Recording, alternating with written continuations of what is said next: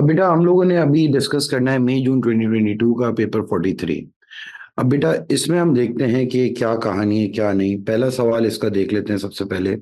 भाई two particles P and Q of masses 0.3 and 0.2 kg respectively are at rest on a smooth horizontal plane। horizontal plane है, कोई उसमें मसला नहीं है। P is projected at a speed of 4 meter per second directly towards Q। After P and Q collide, Q begins to move with the speed of this। अच्छा बेटा, पहले Q जो है रेस्ट पे था, P भी रेस्ट पे था, लेकिन P को फिर प्रोजेक्ट कर रहा है 4 metre per second. Find the speed of P after the collision. क्योंकि देखो बेटा, अब यहाँ पे वही law of conservation of momentum, m p u p plus m q u q is equal to m p v p plus m q u q. 0.3 into 4, 0.2 into 0, 0.3 into v p, 0.2 into 3। V p आ जाएगा बड़े आराम से, इसमें कोई परेशानी नहीं है। फिर इसके बाद इन्होंने क्या कह दिया है, after the collision q move directly towards the third particle r of mass m, ठीक है, which is at rest on the plane।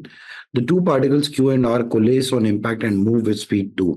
अब बेटा आपको mass of m चाहिए, यानी कि r चाहिए। तो भाई ये जा रहा था 3 से, तो 0.2 इंटू 3 m इंटू 0, ये दोनों के बेटा मासेस ऐड हो गए, तो आपके पास डायरेक्टली एम क्यू भी आ जाएगा। इसमें भी कोई परेशानी बच्चे को किसी को भी नहीं होगी। सिंपल वही law of conservation of momentum ही लग रहा है। क्योंकि बेटा यू जो फाइनल वेलोसिटी थी क्यू की आफ्टर द इम्पैक्ट, ये बताई थी ना 3 है। अब ये 3 से आगे जा रहा होगा ना बेटा, इसलिए ये यहाँ पे 3 लिख दिया मैंने। चलो भाई, अगला सवाल इसका क्या है। A particle P is projected vertically upward from horizontal ground. P को आपने वर्टिकली अपवर्ड फेंका है। P reaches a maximum height of 45, यानी कि बेटा कितनी 45 पे जा रहा है, ठीक है। आफ्टर रीचिंग द ग्राउंड, अच्छा, after reaching the ground P comes to rest without rebounding, यानी कि भाई ये वापस नीचे भी आएगा, रिबाउंड नहीं करेगा। Find the speed at which P was projected. बेटा फिर वही वाली बात, आप लोग यहाँ पे v square minus u square 2as। बेटा मैक्सिमम हाइट पे इसकी वेलोसिटी 0 हो जाएगी। 0 स्क्वायर, इनिशियल वेलोसिटी हमें नहीं पता, a -10 होगी, s 45 है, तो आपके पास बेटा कितनी स्पीड आ गई, 30 आ गई। फिर find the total time for the particle, to find the total time for which the speed of P is at least 10 metre पर सेकंड, यानी कि इसकी स्पीड 10 मीटर पर सेकंड कब हो जाएगी भाई, 1 सेकंड बाद ही इसकी 10 मीटर पर सेकंड होगी। सही है, लेकिन इसने ऊपर जाना है कितने सेकंड तक, 3 सेकंड तक जाना है। क्यों मुझे पता है 3 सेकंड तक जाना है, क्योंकि बेटा ये प्रोजेक्ट हुआ है 30 मीटर पर सेकंड से। सही है, तो इसको मैक्सिमम हाइट तक जाते जाते बेटा 3 मीटर पर सेकंड तो होंगे ना यार, 3 सेकंड तो लगेंगे, क्योंकि देखो 30 से प्रोजेक्ट हुआ, 30 से प्रोजेक्ट हुआ, 1 सेकंड बाद हो गई बेटा 20, फिर 1 सेकंड बाद हो गई 10, फिर रेस्ट पे गया, फिर ये वापस इधर आएगा। यहाँ पे क्या है, 10 मीटर पर सेकंड, फिर -10, फिर -20 मीटर पर सेकंड, फिर बेटा -30 मीटर पर सेकंड। लेकिन उन्होंने क्या कहा है, find the total time for which the speed of P is at least 10, +10। अब बेटा इसकी स्पीड कही ना एटलीस्ट टी, तो बेटा 2 सेकंड ऊपर जाते हुए और फिर 2 सेकंड, यानी कि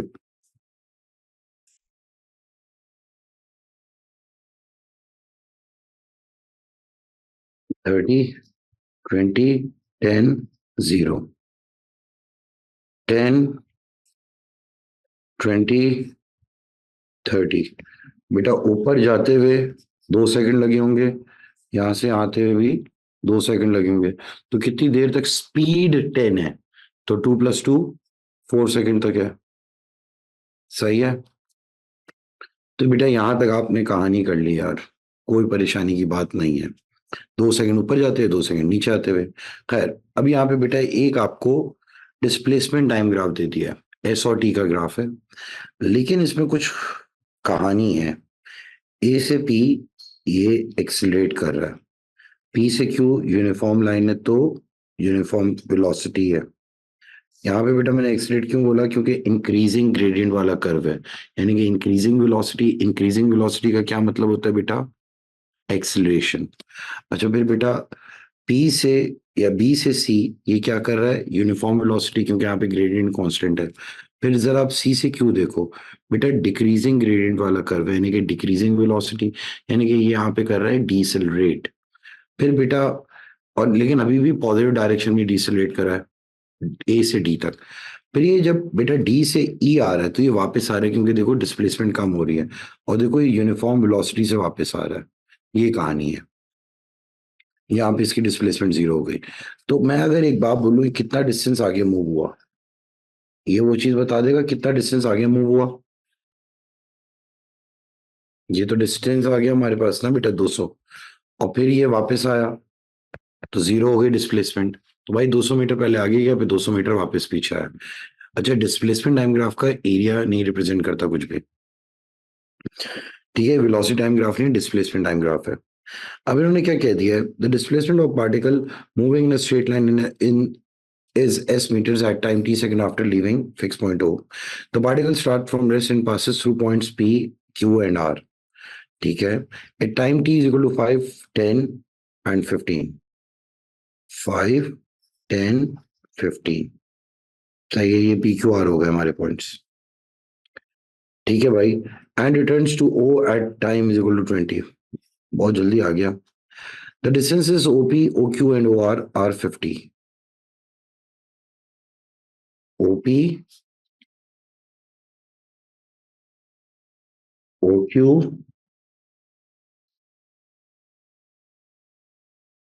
एंड ओ आर, ठीक है, ये दे दिया आपको।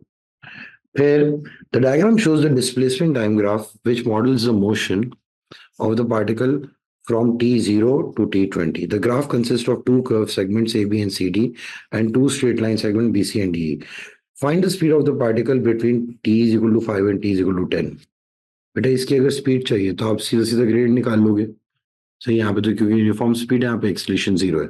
और बेटा यहाँ पे इन्होंने बता दिया था ये कितना है, 150 है, ये बताया है इन्होंने। और ये बेटा 50 बताया हुआ है, यहाँ पे 5 है, यहाँ पे 10 है। तो बेटा आप लोग क्या कर सकते हैं, 150 माइनस 50 अपॉन 10 माइनस 5, यानी कि 100 अपॉन 5। बेटा 20 मीटर पर सेकंड हो गई है। फिर इन्होंने क्या कह दिया है, find the acceleration of the particle between t is equal to 0 and t is equal to 5 given that it is constant. अब बेटा एक्सलेशन चाहिए। भाई यहाँ पे जाके इसकी स्पीड हो गई 20, कितने सेकंड लगे हैं, 5 सेकंड लगे हैं। एक्सीलरेशन चाहिए, इनिशियल वेलोसिटी वाज 0, तो v is equal to u plus a t लगा दूंगा। इन्होंने क्योंकि क्वेश्चन में खुद बताया यूनिफॉर्म एक्सीलरेशन है, इसलिए इक्वेशन ऑफ मोशन यूज हो रही है। तो फाइनल वेलोसिटी हो गई 20, इनिशियल है 0, ए पता नहीं, 10 टाइम क्या है 5, तो बेटा ए क्या आ रही है 4 मीटर पर सेकंड स्क्वायर। फिर अच्छा, इन्होंने क्या मांगा, क्या है, टाइम मांगा है खाली।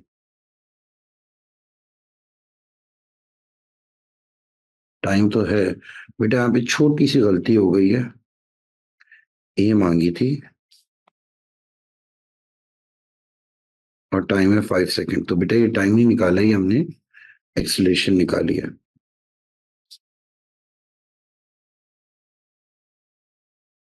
यूनिट सही लिखना बहुत जरूरी है। चलो, अब इसके बाद क्या बातें हो रही हैं आगे देखते हैं हम लोग। Find the average speed of the particle during its motion. भाई एवरेज स्पीड क्या होती है, total distance upon total time. तो भाई टोटल डिस्टेंस तो हमारे पास क्या आ गया, 150, ये 50, बल्कि ये पूरा है यार 200, और ये भी है हमारा वही 200, सही है। तो बेटा 400 और टोटल टाइम 20 सेकंड लग रहा है, सही है। तो आपके पास आ गई बेटा एवरेज स्पीड। क्लियर है ये बात। ये तो बेटा सवाल था बड़ा ही कोई सिंपल, इसमें तो कोई रॉकेट साइंस थी नहीं। और मैंने यहाँ पे जो वर्किंग हुई है ना, ये मुझे वर्किंग भी इतनी अच्छी नहीं लग रही है। मैं यहाँ पे क्या लिखूंगा, सीधा सीधा भाई 200 प्लस 200, सही है। तो 400/20। खैर, अब बेटा अगले उस पे आते हैं हम लोग। The diagram shows a block of mass 10 kg. भाई 10 kg का ब्लॉक है, मास सस्पेंड हुआ हुआ है below a horizontal ceiling by two strings AC and BC. ये रही AC स्ट्रिंग, एक BC string, of length 0.8 and 0.6. ठीक है भाई, दोनों स्ट्रिंग्स में अलग अलग टेंशन होगी. Fixed to the attached points of the ceiling. The angle ACB is 90. There is a horizontal force of F Newton acting on the block. The block is in equilibrium. बेटा इस तरफ F लग रही है. In the case where F is equal to 20, find the tension in the strings. अब बेटा मैंने क्या हरकत करी, इसको अल्फा कह दिया, इसको बीटा कह दिया. अब दोनों के साथ बेटा आप लोग क्या करेंगे, इसके कंपोनेंट्स बनाएंगे. अगर मैं विद रिस्पेक्ट टू ब्लॉक को देखूं, इसका बेटा वेट क्या हो जाएगा, 100 न्यूटन होगा. ठीक है, और टेंशन इस तरफ होगी और इस तरफ होगी, ये T1 हो गई, ये T2 हो गई. बेटा इसका अपवर्ड क्या कंपोनेंट होगा, T2 साइन अल्फा, और टुवर्ड्स लेफ्ट होगा T2 कॉस अल्फा. T1 का अपवर्ड होगा T1 साइन बीटा, और ये हो जाएगा T1 कॉस बीटा. सही है बेटा. यहां तक जब आप आ गए, आपने देखा है ये 0.6 है, ये 0.8 है. हाइपोटेन्यूज में डेफिनेटली निकाल सकता हूं. सही है, बड़े आराम से. तो बेटा हाइपोटेन्यूज आपका क्या आ जाएगा, 0.6 प्लस 0.6 का स्क्वायर, दोनों के स्क्वायर को ऐड करके रूट कर दिया, 1 आएगा. वैसे हाँ 1 आ रहा है, तो ये पूरी लेंथ 1 आ गई. तो बेटा साइन एल्फा, इसके ऑपोजिट क्या है, 0.6 अपॉन 1. बेटा कॉस एल्फा एडजेसेंट अपॉन 1, 0.8. इसी तरह से बेटा साइन बीटा कॉस बीटा भी आ जाएगा, कोई परेशानी नहीं है. ये लिख के साइड पे कर दिया करो. अब क्या बात हो रही है भाई, इक्विलिब्रियम में जब F20 है. अब यार अगर F20 है तो टुवर्ड्स राइट मैंने क्या खींचा है, 20 से प्लस T1 कॉस बीटा से. लेकिन टुवर्ड्स लेफ्ट क्या है, T2 कॉस अल्फा है.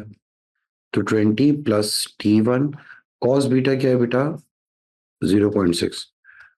T2 कॉस अल्फा क्या है हमारे पास, 0.8. बेटा एक इक्वेशन बन गई. अच्छा ये इक्विलिब्रियम में पड़ा हुआ है, तो बेटा हम लोग एक और बात कह देंगे भाई, vertically upward T2 sine alpha plus T1 sign beta किसके बराबर होगी, इसके वेट के बराबर, और इसका वेट क्या बेटा 100 है. तो बेटा T2 साइन अल्फा क्या है आपके पास, 0.6. T1 साइन बीटा क्या है आपके पास बेटा, 0.8. तो बेटा आपके जब ये दो इक्वेशन बन जाएंगी, you can definitely solve them simultaneously so as to find the values of T1 and T2. ठीक है, कोई परेशानी यहाँ पे नहीं होगी. मैंने यही करा हुआ है. तो बेटा T1 भी आ गई, T2 भी आ गई, 5 नंबर दे दिए फ्री के. अगला पार्ट क्या है, find the greatest value of F for which the block remains in equilibrium in the position shown. बेटा ऐसी क्या F की मैक्सिमम वैल्यू हो कि भाई ये ब्लॉक रेस्ट पे रहे. देखो बात ये है कि पहले तो हम राइट पे इससे भी तो खींचे थे T1 कॉस बीटा से. अब अगर फर्ज करो मैं इसी को 0 कर दूं, तो मैं राइट पे सिर्फ एक ही फोर्स से खींच रहा हूँ F से, और बैलेंस क्या चीज करी होगी, T2 कॉस अल्फा.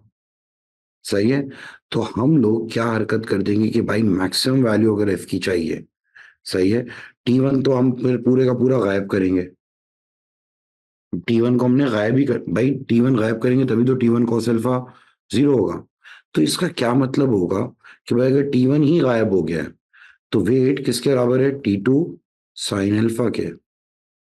तो अब नई वैल्यू ऑफ T2 आएगी 100. साइन अल्फा था हमारा बेटा 0.6. सही है, साइन अल्फा था 0.6. तो बेटा T2 into 0.6 is equal to 100. तो T2 आ जाएगा बेटा आपके पास, ये आ जाएगा 500 अपॉन 3. मैक्सिमम T2 आ गया. अब भाई मैंने इक्विलिब्रियम में रखना है ना, तो हॉरिजॉन्टली कैसे इक्विलिब्रियम में होगा, F will be equal to T2 cos alpha. तो बेटा F की मैक्सिमम वैल्यू कॉस अल्फा क्या है हमारे पास, 0.8 है. तो T2 क्या है, 500/3 इंटू 0.8 इंटू, तो 400/3. तो बेटा मैक्सिमम जो इसकी एफ की वैल्यू हो सकती है ना, वो हो सकती है 133.3 न्यूटन। सही है, कोई परेशानी नहीं है यहां तक। सही है। फिर अगला सवाल क्या है, question number 5। A cyclist is riding along a horizontal straight road. ठीक है भाई। The total mass of the cyclist and a bicycle is 70 kg at an instant when cyclist speed is 4, her acceleration is 0.3. There is a constant resistance to motion of magnitude 30. Find the power developed by the cyclist. बेटा मेरी बात सुनो, acceleration बता दिए भाई, horizontal है ना, driving force minus frictional force. तो ये ड्राइविंग रिजल्टेंट फोर्स होती है एम ए, यानी कि 70, और उस वक्त ए क्या है 0.3। ड्राइविंग फोर्स होती है पावर अपॉन वेलोसिटी, उस वक्त वेलोसिटी 4 है, फ्रिक्शन इन्होंने कह दिया 30। तो बेटा आप पावर निकाल लेंगे आराम से, 204 वॉट आ गई। सही है। फिर उसके बाद the cyclist come to the top of the hill inclined at 5 degree to the horizontal. Cyclist बेटा टॉप ऑफ द हिल पे पहुंच गया। The cyclist stops pedalling and free wheels down the hill. अब बेटा ये यहां तक आ गया, अब ये फ्री व्हील मारना है, नीचे जाएगी, so that the cyclist is no longer supplying any power. ठीक है भाई। The magnitude of resistance remains 30। Over a distance of d metre the speed of the cyclist increases from 6 to 12। Find the change in kinetic energy. अरे भाई change in kinetic energy तो आराम से half m v square minus u square. सही है। तो बेटा आपने ये आराम से निकाल ली। Use an energy method to find d. अरे यार अब अगर साइक्लिस्ट नीचे आ रहा है, एक बच्चे ने कहा था ना सर वो हमारी वाली चीज फेल हो जाती है इक्वेशन, किसने कहा था, मैं बता भी देता हूँ आपको, अजीब सा इंसान है एक,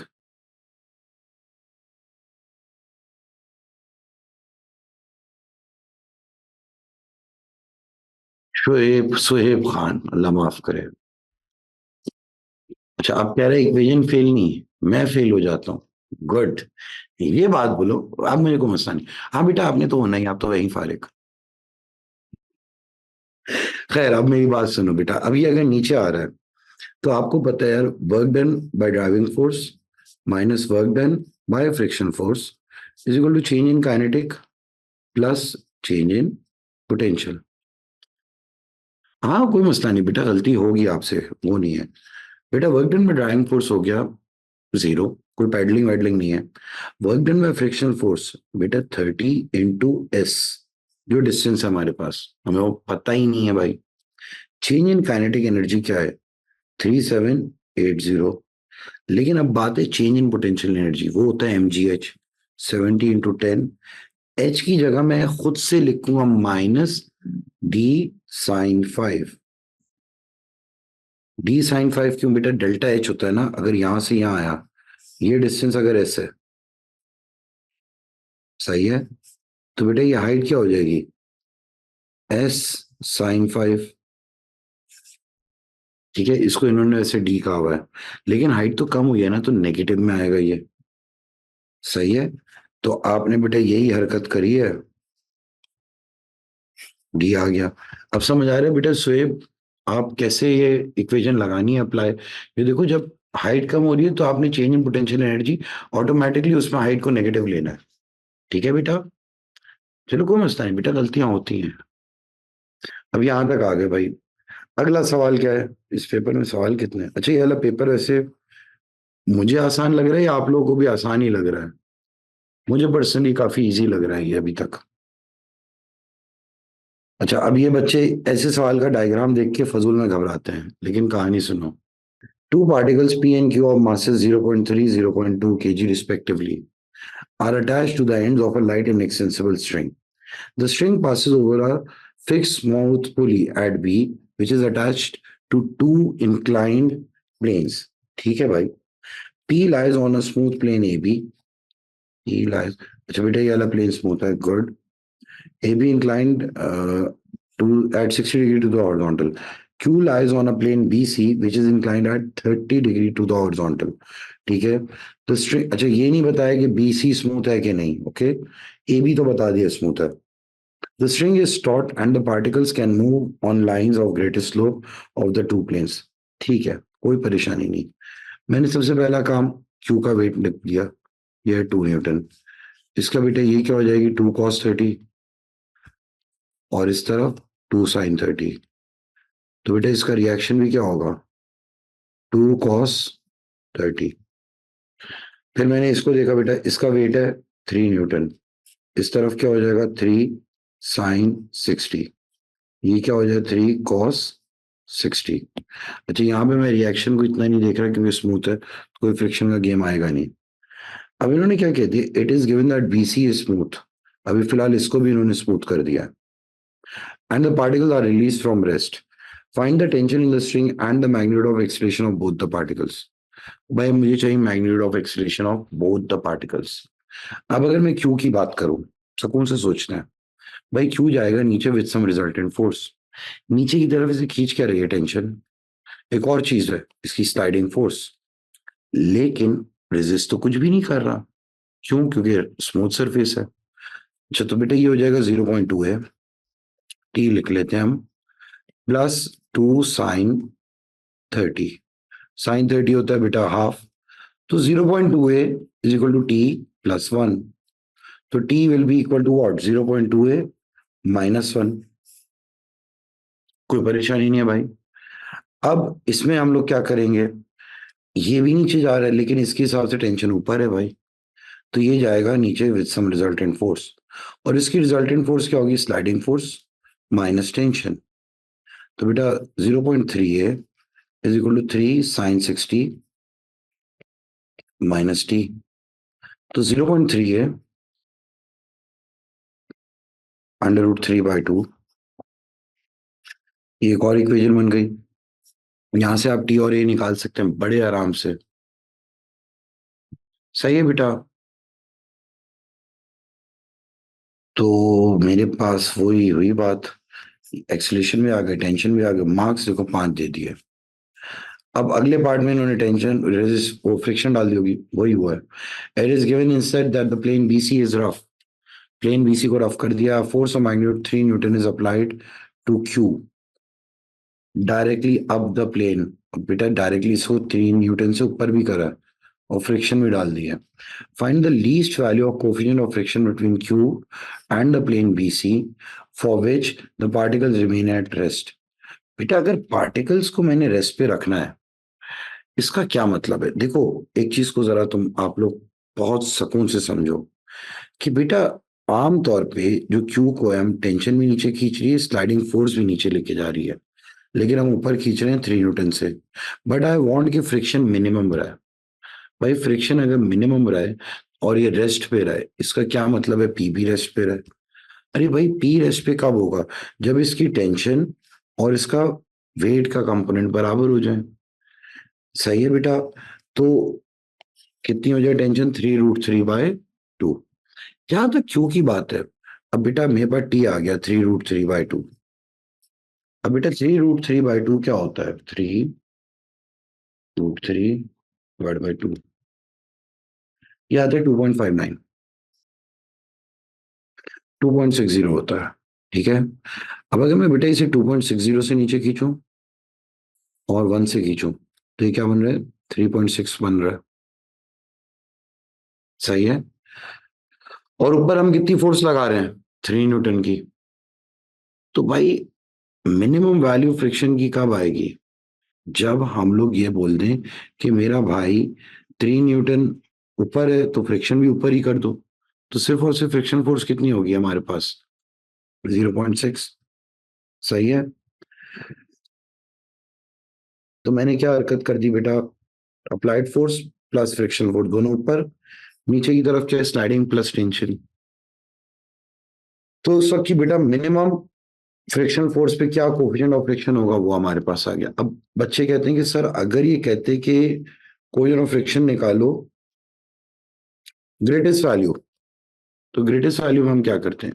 अब मैं एक बात कह रहा हूँ भाई, देखो ग्रेटेस्ट वैल्यू की हम बात कर ही नहीं सकते थे, वजह सुनो, क्योंकि ये 1 है और ये है 2.6 और ऊपर लग रही है 3 न्यूटन, तो 3.6 न्यूटन तो ऑलरेडी है। अब रेस्ट पे रखना है। सही है बेटा, अगर ये रेस्ट पे रखना है हमने, तो हम लोग तो फ्रिक्शन ऊपर ही लगाएंगे लाजमी। लेकिन हाँ अगर फर्ज करो ये 2.6 नहीं होता, ये भी 1 होता, फर्ज करो ये भी 1 होता। तो आप लोग क्या कहते हैं कि भाई देखो 2 न्यूटन से ऊपर जा रहा है, 2 न्यूटन से नीचे जा रहा है, ऊपर हम खींच रहे हैं 3 न्यूटन से, तो हमें फ्रिक्शन कहाँ पे एक्ट करानी पड़ेगी, नीचे की तरफ एक्ट करानी पड़ेगी। सही है। तो बेटा फिर आप लोग यही करते कि यार 2 + F F = 3, F will be equal to 1, mu R होता है बेटा, म्यू आर की जगह 2 cos 30 = 1। तभी बेटा ये आपको लीस्ट या ग्रेटेस्ट, ग्रेटेस्ट नहीं बोल रहे होते हैं। सही है। तो बेटा ये तो सवाल आराम से हो जाएगा। ठीक है। चलें बेटा, अब ये भी बच्चों ने सबने सवाल देख लिया। अब इसका पेपर का आखिरी सवाल क्या है बेटा, आपको particle P moves in a straight line through a point O. The velocity v meter per second of p at time t second after passing O is this. बेटा वेलोसिटी की इक्वेशन दे दी है, where b and c are positive constant. जब time 5 है, velocity of P is 0। अच्छा, जब मैं यहाँ पे 5 डाल रहा हूँ तो बेटा एक इक्वेशन बन जाएगी बी और सी की फॉर्म में। ठीक है भाई। And it's acceleration is -13/2।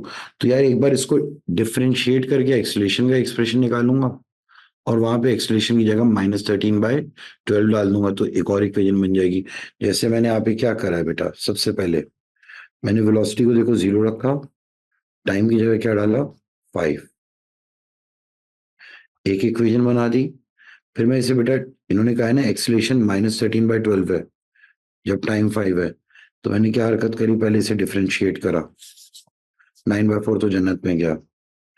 ये डिफ्रेंशिएट होके इक्वेशन हमारी ये आ गई। अब मैंने एक्सलेशन की जगह क्या डाल दिया, -13/12, और टी की जगह 5 डाल दिया, तो बेटा ये एक और इक्वेशन बन गई। Once I have these two equations, I can solve them simultaneously to find the values of B and C. In fact, B तो प्रूव करना था, C निकालना था। 5 नंबर दे दिए फ्री फंड के। लेकिन शायद अगला पार्ट मुश्किल हो। Given that the velocity of P is 0 only at t is equal to 5, यानी कि जब टाइम 5 होगा सिर्फ तभी इसकी वेलोसिटी 0 होगी। इन्होंने कह दिया find the distance travelled in the first 10 seconds of the motion. अब मैं फंस गया बेटा, पहले 10 सेकंड में मुझे चाहिए डिस्टेंस। तो एक बात सुनो भाई, कभी भी कोई वेलोसिटी टाइम ग्राफ हो, ऐसा होगा कि भाई हो सकता है कुछ इस तरह से हो, तो भाई आप कहोगे कि यार 0 से 5 सेकंड हुआ होगा और यहाँ पे 10 सेकंड है, तो ये एरिया अलग निकलेगा और ये एरिया अलग निकलेगा। जब रेस्ट पे आते उससे पहले का एरिया अलग, और जो जब वापस मोशन हो जाएगा उसका एरिया अलग। तो बेटा हमने क्या हरकत करी, एक बार 0 से 5 की लिमिट लगा दी और एक बार 10 से 5 की लिमिट लगा दी। अब अगर कोई भी नेगेटिव आ रहा होगा तो हम उसे जबरदस्ती का क्या कर देंगे, पॉजिटिव। जैसे कि ये नेगेटिव आ रहा है, दिस मीन्स कि ये नीचे नेगेटिव रीजन में गया होगा, हमारा ग्राफ कुछ ऐसा होगा। ये 5 सेकंड है, 0 से 5 ये, और ये 10 है, ये अलग है। तो हमने बेटा 0 से 5 लगाया, फिर 10 से 5 लगाया, दोनों एरियाज को आपस में ऐड कर दिया, तो टोटल डिस्टेंस कवर्ड आ गया। तो बेटा इतना आप लोगों को सोच के मेंटली करने हैं सवालात को। चलें बेटा, अब यहाँ पे जाके हमारा ये पेपर हो गया एंड।